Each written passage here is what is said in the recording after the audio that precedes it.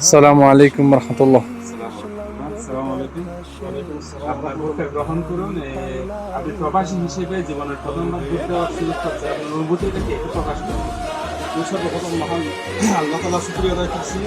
এই যে প্রবাসে বর্তমান ইন্টারিম সরকার যে উদ্যোক্তা নিয়েছে, এই জন্য আমি প্রথমে অন্তর্বর্তী সরকারকে আমি ধন্যবাদ জানাচ্ছি এবং মহান আল্লাহ তাআলা শুকরিয়া আদায় করছি যে আমাদের প্রবাসীরা আমরা স্বতঃস্ফূর্তভাবে আমাদের নিজেদের ভোটাধিকার প্রয়োগ করতে পারছি। এই জন্য আমরা অত্যন্ত আনন্দিত এবং আমরা গর্বের সাথে বলতে চাই এবং ইনশাল্লাহ আমরা যাতে এই ভোটাধিকারটা আমরা সুন্দরভাবে সুস্থভাবে আমরা প্রয়োগ করতে পারি এবং আল্লাহ তাআলার কাছে এই কামনা করছি যাতে বাংলাদেশে একটা ইনসাফ ভিত্তিক সমাজ প্রতিষ্ঠার লক্ষ্যে আমরা জনগণের যে প্রত্যাশা সেই প্রত্যাশা আল্লাহ তাআলা পূরণ করেন। কেননা গত 17 বছর যাবৎ ফ্যাসিস্ট আওয়ামী সরকারের পতনের পরে মানুষের যে একটা প্রত্যাশা, সাধারণ মানুষের যে একটা মানুষ স্বস্তির নিঃশ্বাস এখন ফেলছে, এই নিঃশ্বাসটা যেন আমরা প্রতিফলন ঘটাতে পারি ইনশাআল্লাহ।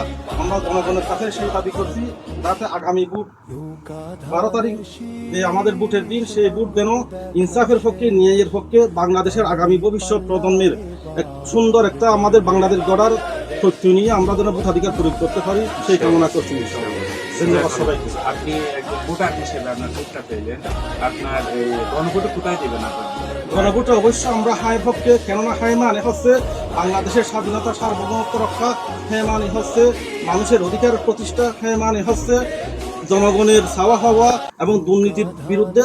এবং অবশ্যই সবাইকে হ্যাঁ পক্ষে অবস্থান নেওয়া দরকার, কারণ যারা না ভোট মানে চুরি করা, বাটপারি করা, চুরিকে প্রশ্রয় দেওয়া। সুতরাং আমরা কোনোদিন না পক্ষে অবস্থান নিতে পারবো না একজন সচেতন নাগরিক হিসেবে। আচ্ছা, আপনি একজন সচেতন নাগরিক হিসেবে আপনার প্রথম ভোটটা, প্রবাস থেকে প্রথম ভোটটা অবশ্যই আগে ভোট দিয়েছেন, এখন প্রবাস থেকে প্রথম ভোটটা আপনি কোন পক্ষে দেবেন?